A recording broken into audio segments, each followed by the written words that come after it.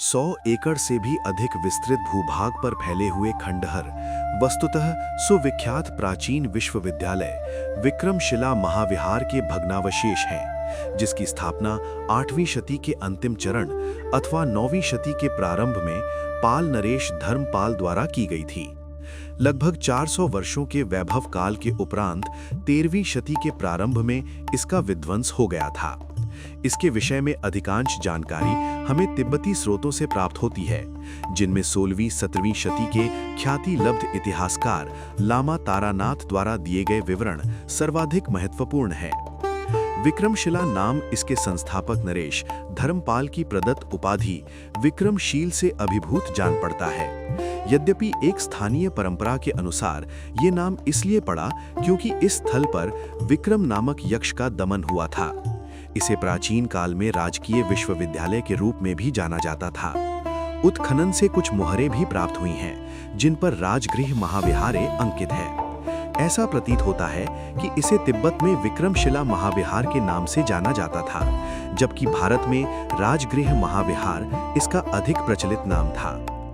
विक्रमशिला महाविहार अपने युग के विशालतम विश्वविद्यालयों में से एक था, जिसका 2 अन्य प्राचीन विश्वविद्यालयों नालंदा एवं ओदंतपुरी से भी घनिष्ठ संबंध था।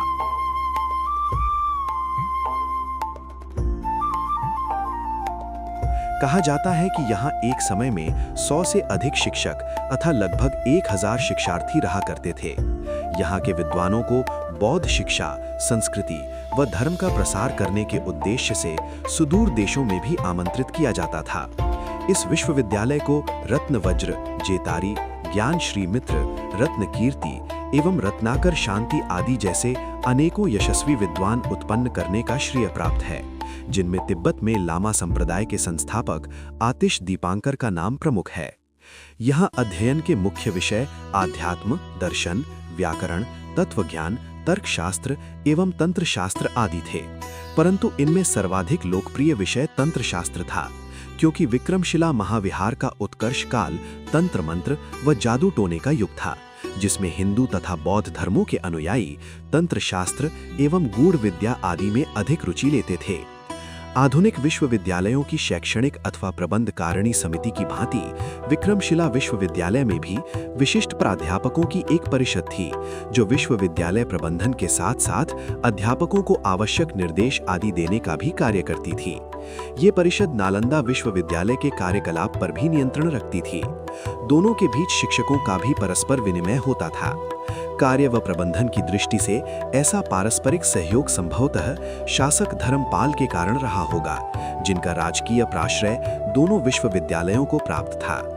इस स्थल पर पुरातात्विक उत्खनन पहले पटना विश्वविद्यालय द्वारा 1960-69, तदुपरांत भारतीय पुरातत्व सर्वेक्षण द्वारा 1972-82 कराए गए, जिसके फलस्वरूप एक विशाल वर्गाकार विहार, केंद्र में क्रॉस के आकार का स्तूप, एक ग्रंथागार तथा मनौती स्तूपों के समूह के भग्नावशेष प्रकाश में आए हैं। विहार के उत्तर में एक तिब्बती तथा हिंदू मंदिर सहित अनेकों भवनों के अवशेष भी प्राप्त हुए हैं।